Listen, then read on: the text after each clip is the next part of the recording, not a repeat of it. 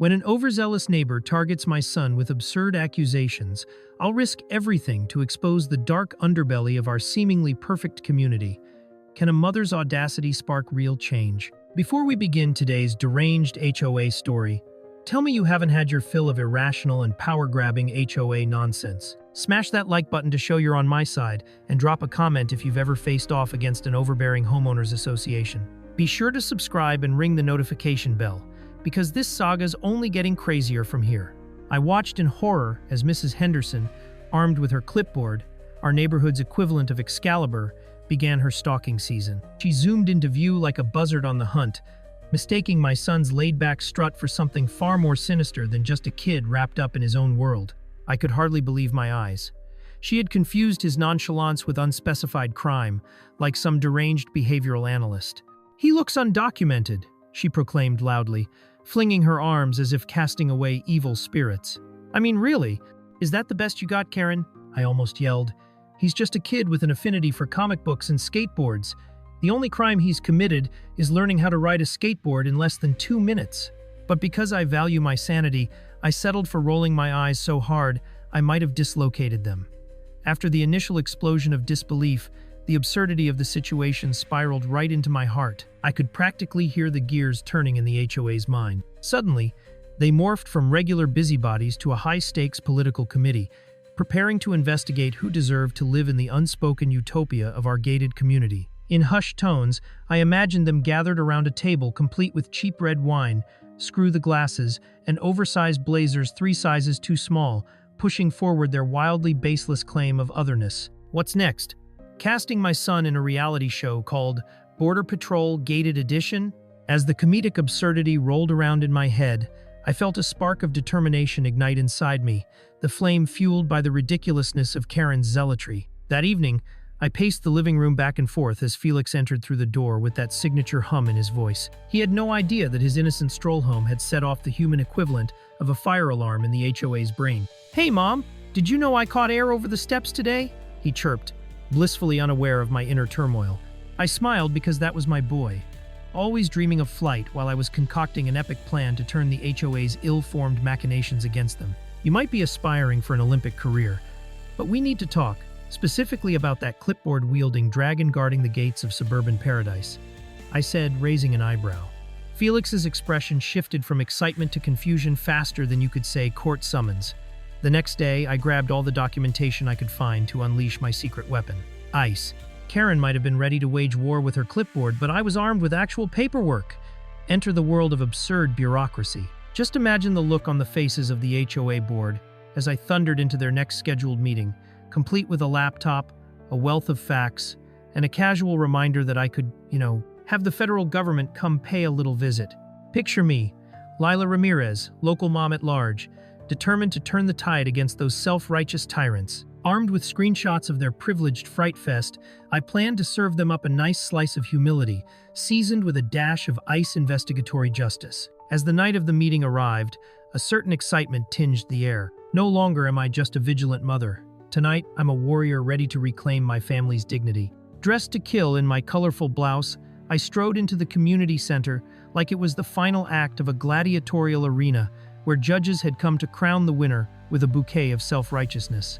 The sight of Karen's startled face when I initiated a polite yet firm conversation about unjust deportation attempts and investigation pranks was worth every moment I had prepared for this showdown. I even floated the term crimes against suburbia into the conversation just to watch her blush creep toward a delightful shade of crimson. Within moments, the energy in the room shifted, and I could see the other board members start squirming in their seats like cockroaches when the lights come on. "Someone should keep an eye on those who cast judgment," I declared, tapping my laptop like a knight smiting a foe. "And by someone, I mean ICE, who will investigate all pieces of this HOA apocalyptic drama." With a flourish, I clicked through my slides of their bewildering demographics of targeted neighborhood children, revealing enough data to send a chill down Karen's spine. The look on her face was priceless, her smugness evaporating like mist in the morning sun. Would they finally see the absurdity of Karen's random whim-of-the-day-based accusations? Or were we all just living in a sitcom where the punchline was reality? As I closed my laptop, I knew I had thrown the first slipper of opportunity against their carefully built wall of entitlement. But would it be enough to shatter their delusions? I leaned back against my chair, heart hammering with excitement and fear. Whatever happened next would set a tone for the rest of this battle.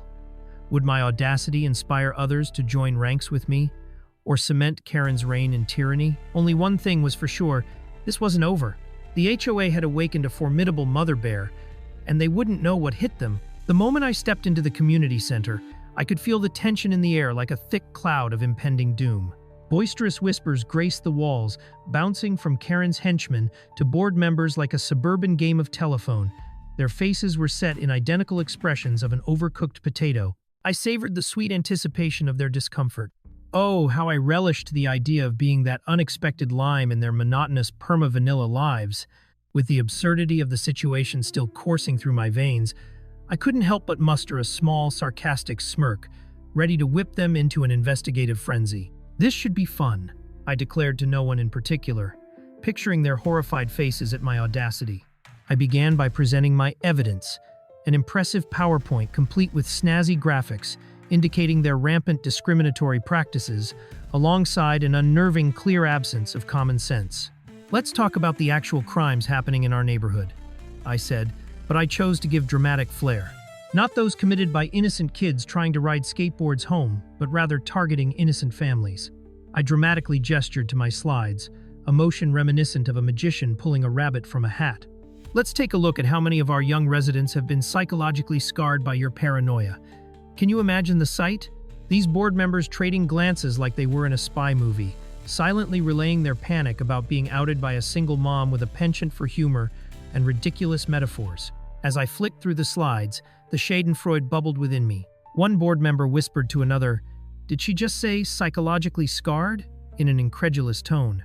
Why, yes, I had, my dear boardsman. Their incredulity must have tasted bitter, like black coffee on an empty stomach. The graphs displayed the fallout, the dropout rate of joy represented by the green curve of declining skateboarders, and beneath, the red alert level of HOA's own neuroticism.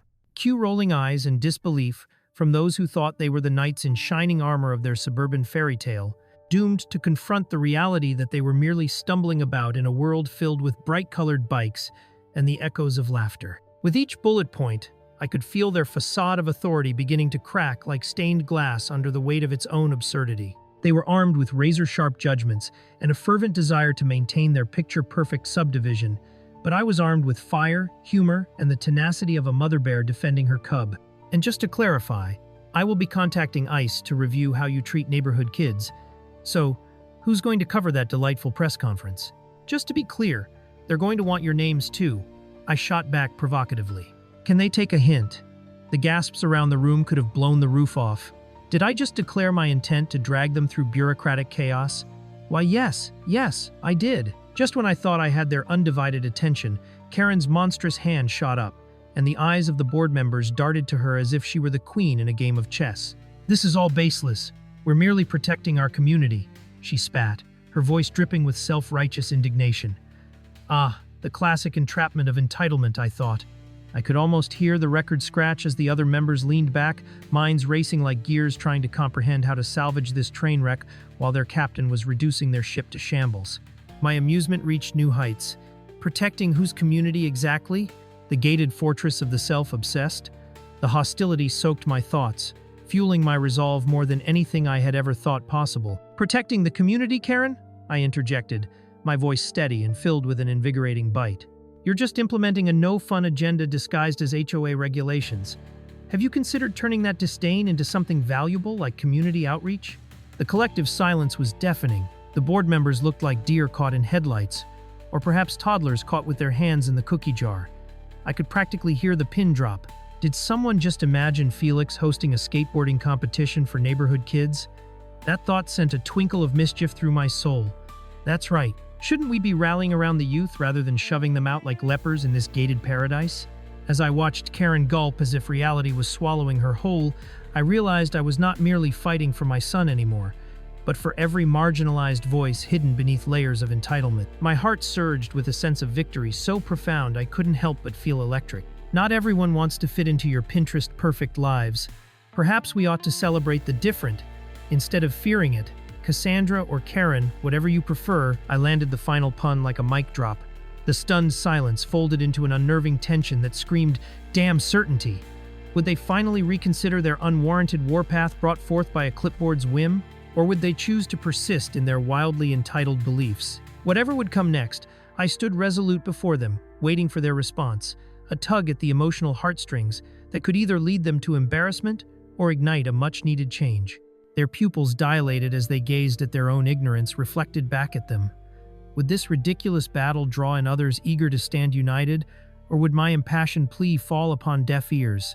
Time would tell. Whatever the outcome, my audacity sparked a fire in the hearts of all those who felt inconsequential under their drone like rain. This was it. A true turning point. Would this humorous escapade lead to lasting change or serve merely as a cautionary tale? The stage was set, and I was ready for the next act of my suburban saga. As the tension in the room thickened like a wool sweater in a dryer, I could practically hear my heart pounding like a heavy metal drum solo. The board members exchanged furtive glances, and I reveled in the sight. Was I finally peeling away their layers of smugness? This was more exhilarating than riding a roller coaster after skipping breakfast. Every twist and turn sent me spiraling into dizzying heights of confidence. Trust me, Karen's face was a sight to behold, her tight bun looking more like a mini spacecraft on the verge of launch. Come on, space lady, how's that rocket taking off? I fought the urge to throw my hands in the air and start spinning in delight. Would my glorious rebellion against her HOA tyranny end up as the legend of the neighborhood? All I knew was, I was enjoying every minute of it. In the midst of this improbable standoff, Karen's eyes narrowed, and I could feel the gears of her mind whirring with anger and confusion. We just want what's best for our community, she repeated like a broken record in need of some oil. Oh, how original. I mean, who would have thought? A woman whose entire identity somehow hinged on controlling every syllable spoken within the confines of our planned coloring book existence. Best for whom? I shouted, leaning forward as if preparing to jump into a blockbuster brawl. The chocolate chip cookie brigade or the skateboard champions? Because if that's the case, your idea of excellence is as stale as a month-old baguette. The rumble of muffled chuckles began to surface in the audience behind me, and my confidence bloomed like a California poppy in full spring. Felix, my eternal optimistic sidekick, winked at me from the back of the room, and I knew this ride wouldn't be over just yet. In a single mama bear flick of my wrist, I flattened their insufferable sense of indignation with a deft observation about how their attempts at protecting the community only served to alienate it further. What's wrong with throwing a family barbecue once in a while? I threw in for good measure. You know, like a celebration instead of a witch hunt? Imagine the smell of hot dogs, the laughter of children, and, wait for it, unity. As I prattled on, I envisioned Karen's grimace morphing into a full-on, please let me disappear moment. Little did they know, I had more planned than peppered metaphors and absurd commentary. Suddenly, the dread dialing of my neighbor, Mrs. Henderson, graceful older lady with a twinkle in her eye, floated into my mind. In my quest against this HOA insanity, I had managed to rack up a small army of concerned residents willing to document every petty rule enforced by the board. I glanced toward the front row, where Mrs. Henderson sat, golden sun hat perched proudly on her head, ready for an impending battle, but also preparing some of her famous cookies, a multitasking queen. With a twinkle in my eye, I kept the momentum rolling. And don't think for a moment there won't be a petition on change, org called Cookies Not Control, because, oh, there will. You'll feel the digital uprising breathing down your neck. And I invite you all to partake in a delightful community chat where we'll decide how we want to define neighborly protection. What was it about the absurdity of my situation, fighting a gaggle of entitled garden gnomes disguised as board members with nothing but cookies, laughter, and a smattering of audacity? The true irony seemed lost on them. But while I stood there armed with all my comic visions, Karen was busy cooling her heels on a throne of inadequacy. Just as she started to sputter a response, which I could only guess would amount to her latest jargon-fueled attack, a thunderous clap erupted behind me. It was Mrs. Henderson leading the slow applause, sparks of rebellion igniting the room like fireworks in July. Laughter erupted, and in that moment, I felt an electric wave wash over me, filling my spirit with sheer determination. Karen, I said, leaning back with a faux innocence, if you seek to fortify your community standards, perhaps you should redefine the concept fully. Ensuring that everyone gets a say is essential for maintaining a genuine neighborhood vibe. Besides, we all know fear only breeds resentment. I paused, allowing a palpable silence to drench the room, the board members absorbing my words as if tasting sour milk for the first time. Let's be real here. The only ones in danger of violating community standards are the people perpetuating this airborne tension of unwarranted hostilities. I could feel the collective gasps filling the room like freshly popped popcorn. Every moment of our meeting felt surreal, like I was the main character in a sitcom, where the laughter was the backdrop against a melty heart of righteous indignation. These were no longer just random HOA board members, but embodiments of the grand hypocrisy masquerading behind their Philadelphia cream cheese smiles. Would they finally get it? Would my fearlessly theatrical call to arms finally breathe life into those seeds of equality buried beneath their entitlement? Would they resist or rise above, realizing that perhaps unity is better served at the community feast than at the fine-printed meeting? Whatever would come next, I stood ready, prepared to take on any absurdity life tossed my way like my favorite skateboard ramp. I would ride anything thrown at me. As I basked in the glow of that delightful moment, with the applause ringing through the room like a victorious battle cry, I couldn't help but glance back at Felix. He was shrugging his shoulders playfully, clearly enjoying the unfolding drama as if it was a scene from his favorite comic series. Would I become the superhero of suburban tales, triumphing over the villainous Karen, the HOA overlord? I could practically feel the cape flapping behind me as I stood tall, defying the authoritarian vibes wafting from the front row. Suddenly, that thought hit me like a wayward skateboard. Why not transform this saga into something bigger? I mean, my son and I could absolutely kick off the Great HOA Showdown Tour. It would go viral, and who knows, maybe a superhero saga movie deal would land in our laps next.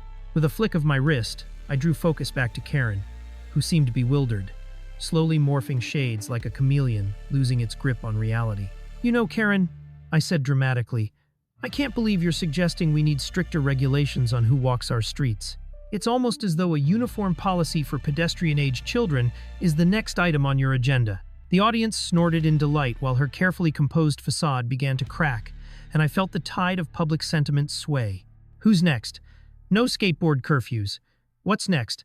A mandatory handbook on how to correctly wave hello to our neighbors. The barbs stuck like burrs on a dog's fur, and an uncontrollable laughter erupted. My neighbor Mrs. Henderson had now fully entered the fray, her twinkling eyes dancing with mischief. "Oh, I personally can't wait for the new HOA-approved marching songs," she quipped. "You know, just to ensure everyone has the beat of compliance. Perhaps even a safety-first jingle to discourage skateboarding too close to curbs." The room erupted in applause, Mrs. Henderson, my unlikely comedic sidekick. I grinned at her. There was something so utterly satisfying about transforming this meeting into a comedy special, one that highlighted absurdity over authority. The atmosphere crackled with rebellion. Suddenly, laughter was our armor, and I reveled in the delight of it all. Yet the dynamic shifted again when Karen cleared her throat, indignation pouring from her like a flashy fountain. "I will not tolerate this mockery of our duly constituted meetings," she protested, launching into a tirade about the sanctity of her make-believe dominion. But how could a person so steadfast in her mission not see her own hypocrisy? Her unwavering seriousness was like a sitcom character who had forgotten how to laugh. Finding joy in spite of that delusion proved the essence of our power. I couldn't resist. "And neither will we tolerate your monologue in our neighborhood comedy club," I jabbed, the levity bolstering my resolve. Taking a step closer, I noticed some hesitant neighbors, perhaps still in their inertia of habitual acquiescence. It was as if they were slowly recognizing that being a good neighbor did not mean being a good doormat. "Look," I exclaimed, tucking my arms dramatically against my waist like some self-appointed orator. "This isn't a debate about whether skaters are a threat to the purity of our formative suburbia. This is a fight for our collective right to exist freely while making our own choices. Do we want our streets to echo with laughter or smothered in ego and entitlement?" Encouragement sprang up with raised hands, tickling the edges of indignation and melting into shared camaraderie. "Come on, Karen," I cheered, riding the waves of momentum like Felix on his skateboard. "Let's build a community that embraces color instead of sticking to monochrome strictures. Can you picture it? A mural made of our eclectic stories and the tales of all families, a mingled cabaret of life instead." Laughter bubbled to the surface as I waved my hands about, as if conducting a symphony of solidarity. This wasn't merely a neighborhood irate with red tape. It was a synchronized outcry against the absurdity of those seeking conformity over creativity. I didn't realize I had stepped on the pedestal until the energy vibrated around me, a blend of defiance and hope ringing brighter than the sun filtering through our picture-perfect neighborhood. As the meeting continued with heated exchanges and the palpable shift from Karen's absurd authority to ours, I realized this wasn't just a moment of victory over a petty HOA. I was staring down the possibility of bridging communities divided by fear and judgment. I could feel a newfound optimism circulating, a glimmer of unity shining through the chaos, illuminating each neighbor who dared to stand, whether they wielded cookies or skepticism for the absurd rules. Potluck dinners, family events. Heck, we could even host a skateboard Tuesday. The possibilities flowed like an endless stream from a broken dam. I leaned into that vision, my words erupting like a firework display that felt destined to inspire an unstoppable wave of change. In that moment of rebellion, laughter, and hope, I could sense the tide turning, yet I knew we weren't out of the woods just yet. What would be Karen's next move in this dramatic theater of HOA horror? Would she unleash a tirade or break down the confines of her entitlement and realize we could all coexist? The future hung in the balance, with us poised for an even bigger confrontation. As anticipation fizzed through the room like soda pop, I couldn't help but revel in the joy that had transformed the HOA meeting from a dreary gathering of malcontents into a rollicking show. Faces I'd seen turned away in embarrassment now sparkled with shared laughter, and the neat rows of uncomfortable folding chairs had somehow become a stadium bursting with electric energy. Clearly, the crowd had sided with the youthful exuberance brought on by my son's antics. After all, who wouldn't root for the resident skateboarder being defended by his fiery mother against the self-proclaimed queen of suburban decorum? The chants of Team Felix might as well have been rising from the audience right then and there. Amidst it all, I turned to Felix, who leaned back with a smirk more confident than Bruce Wayne in a boardroom, and marveled at our unlikely evolution into the neighborhood heroes, cases taking a turn for the righteous. Of course, amidst the high spirits and my growing confidence, there was still a seriously disgruntled Karen looming like a storm cloud. Her wrathful glare pierced through the mirth, emboldening me just a touch more. She was like a high-maintenance kid at a birthday party who refuses to let anyone else have fun. With her well-coiffed hair reflecting the light as though it was a personal bling declaration, she stood to address the chaos, reminding everyone just how much she thrived on her monotonous power plays and the oh-so-glorious hierarchy of suburban life she clung to. But while I prepared my next low blow, something in her demeanor shifted. Karen's fidgeting fingers betrayed a level of anxiety not even her dreaded pencil skirt could contain. My heart raced at the thought, could she actually realize how ludicrous she was being? And oh, what a delicious moment it was. I stepped forward with a new determination. Listen, folks, who here thinks we should adopt a policy that allows ICE investigations on HOA members? I declared, humor tinted with just the right dash of mischief. A carefully orchestrated gasp from the crowd reverberated through the room, and I felt that energy wind back into my sails. Suddenly, Karen was the one sweating bullets, and I began to see the lines of fear etch across her forehead, panic breaking her stern facade. I'm sure you'd want me to report anything suspicious as well. I mean, if we're going down that road, let's strut with gusto, shall we? The laughter that erupted felt as empowering as a megaphone in the middle of a monsoon. At that moment, we were all united in a beautifully orchestrated farce of poking fun at her absurdity. Karen attempted to counter, turning red, her voice almost trembling. "This is not a joke. We have regulations," she started, but the crowd wasn't having it. They were chiming in with playful murmurings, almost echoing my sentiments. "This is not a dictatorship. We won't stand for infantilization." It struck me like confetti raining down at a graduation ceremony. I realized then that the common understanding had clicked into place like a key finding the right lock. It wasn't just about one son, one skateboard, or one overstuffed HOA president. It was about reclaiming our neighborhood from the likes of Karen's self-righteous rules and rediscovering the spirit of community. Each of my neighbors was stepping into the light. The rebellion against Karen was becoming a thing of legend. The laughter we shared wasn't merely a spark, but a full-blown inferno of camaraderie, igniting those silent souls waiting for someone like me to take the lead. But then, in what can only be described as a groundbreaking plot twist in a mystery novel, a group of my other neighbors, those who had until now tucked themselves into the recesses like modern-day trolls, rose unexpectedly in unison, fueled by the shared exasperation of years of being silenced. One after another, they recounted tales of Karen's micromanagement and stingy policies that suffocated our spirited existence. Like an old record skipping into rhythm, a symphony of anecdotal outrage filled the air. each story more ridiculous than the last. Adventures involving garden gnomes that violated aesthetic guidelines, shadowy whispers of missing lawn flamingos, and even a case where a book club's book choice was deemed inappropriate. The room vibrated with fervor. It felt remarkably like an animated show unfolding on the big screen, with each petty complaint deepening our resolve into a comedic battle against absurdity in our lives. As the stories continued, I stood back to survey this gathering, and it struck me just how surreal and yet profoundly joyous the moment was. Could it be that we were on the brink of a radical change catalyzed by laughter alone? By the end of that meeting, I envisioned a community boldly shaking off the weight of suffocating expectations and embracing the mosaic of character that each one of us added to the neighborhood. Even Felix, with his signature nonchalant review of a far-off skateboard trick, added to this symphony of rebellion, looking at me with wide eyes that said, "We never stood a chance with boring old rules and regulations, did we?" And as the evening drew to a close, Karen stood poised for her last cruel quip. But the breeze of the room had shifted. The very air around her crackled with our united resistance. She, the self-proclaimed guardian of suburbia, looked out at a sea of faces basted in levity yet brimming with tenacity, a tableau of defiance against the very idea that she could dictate who deserved a joyful existence.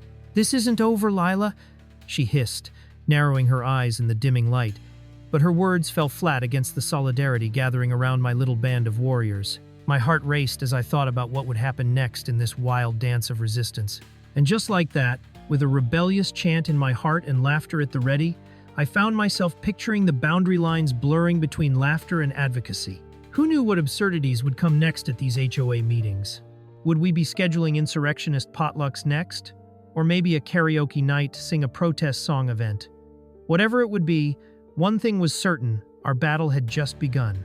Before I had even considered the audacity of this whole situation, I found myself spinning dreams of retribution on my porch one crisp autumn afternoon. Mind you, I was sipping what could only be described as a liquid marvel, a new caramel pumpkin spice concoction, courtesy of the local cafe that dared to cater to those of us who understood that fancier drinks made everything better. My imagination took flight as I envisioned the neighborhood transforming from a boring suburb into something resembling a TV show with precarious plot twists, like Survivor, but with latte art and garden gnomes. Yes, I'd make sure that each of those pompous homeowners, including our dear friend Karen, would know they were being watched. As if on cue, a shiver of delight shot through me when I remembered our recent victory and the piece de résistance. Time magazine wanted to feature Felix. Oh, my heart swelled with pride, and I couldn't help but chuckle, picturing Karen's face upon seeing the cover story. Would it be a double feature for her, one of indignation and the other sparked by jealousy? The turn of events couldn't have been more deliciously ironic. A 15-year-old skateboarding whiz on the cover of a national magazine, while Karen was still struggling to get her rules for flower beds published in the HOA newsletter. I imagined her clutching her coffee. Her eyebrows might as well do a tango, going up then down in bewilderment, while she sputtered about inappropriate diversion and losing our neighborhood standards. But of course, as I sat there relishing this delicious fantasy, the legendary neighborhood gossip, let's just call her Brenda, decided to swing by with her usual fanfare. Brenda was like a kite caught in a tempest, full of hot air and scissors looking to snip down anything positive. "Oh, honey," she said dramatically, her arms flailing like she was conducting that movie about an orchestra made up of animals. "Did you hear what Karen tried to do after last week's meeting?" "Of course I did. But that didn't stop the gossip train from rolling forth, driving home the point that the HOA wasn't just a committee. It was its own self-righteous soap opera getting prime slots in every corner of suburbia." Brenda was like the favorite aunt of gossip. I had to give her that much credit. "My friends, get this," she continued, walls leaning in conspiratorially as if I might burst. "She tried to kick it up a notch. I think she believes she's the lead villain in a housewife reality show." I leaned in expectantly, eyes wide. Brenda let it drop. The audacity. She wants to request community guidelines on attire. Can you imagine? Next, she'll be monitoring lawn flamingos for the right shade of pink. I told her that flamingos can be put on a pedestal, but I didn't mean literally. We both erupted into fits of inexplicable laughter, choking on the delicious idea that Karen wasn't just grappling with our community. She was about to openly declare war against our right to wear shorts over leggings. How did homeowners become such astonishing tyrant? Later that afternoon, just as the imagined transformation of our lovely neighborhood felt tangible, I found myself engaged in a spirited debate with Felix about how we could maximize this chaos. Mom, we can turn this whole thing into an art project. What if we hosted an Appreciate Our Lawn Decorations exhibition featuring flamingos, gnomes, and even commissioned pieces where we vanquish traditional HOA standards? Felix suggested with a grin as ludicrous as the creations we could conjure. I pictured him standing in front of a makeshift gallery, serious-faced patrons sipping on artisanal lemonade while squinting at a genetically modified lawn gnome, one dressed like Karen herself. Who wouldn't want to attend this art gala of chaos? I practically cackled in delight. As I delved deeper into our ideas, my creative spirit became electrified. What if we stage an over-the-top protest, like where we all wear matching shirts that read Flamingos for Freedom when we attend the next HOA meeting? Felix's laughter met mine, uniting us in our delightful vision of rebellion against absurdity. I envisioned our neighbors, each wearing a giddy smile, marching toward the next HOA meeting like primitives gathering fuel for a fire. Would we incite a riot of laughter? And then came that fateful night, where our artwork transformed into reality. Our shirts flared like triumphant banners draped across the ranks of our newfound united front. Karen had no idea what was about to hit her. As we drew closer to the community center, I visualized the flickers of surprise in her eyes and felt a fresh wave of assertiveness washing over me. Stand tall, Leila Ramirez, I thought gleefully. There was power in numbers, and tonight we were ready to shake the very foundations of Karen's suburban dystopia with laughter, defiance, and perhaps a comically oversized lawn flamingo as our mascot. How could anyone doubt that embracing ludicrous joy was more effective than dread? And as we faced that fateful night, with every step echoed our chants coming alive, I found myself not only ready to laugh in the face of absurdity, but also prepared to seize the moment as our laughter morphed into an anthem. Who knew that it would be our ridiculous parade of flamingos and lawn creatures that could actually ignite a genuine change of spirit in our community? After all, if suburban life was destined to be an exhibition of entitlement, then we were certainly poised to drop anchor with a far more entertaining show. Thanks for sticking around with me through the chaos to the end. Want more high-stakes HOA drama? Check out our recent HOA clash with the video on the right, or let YouTube pick your next wild ride with the video on the left. Whichever way you go, buckle up. There's plenty more HOA insanity on the way. Tune in again for more HOA chaos.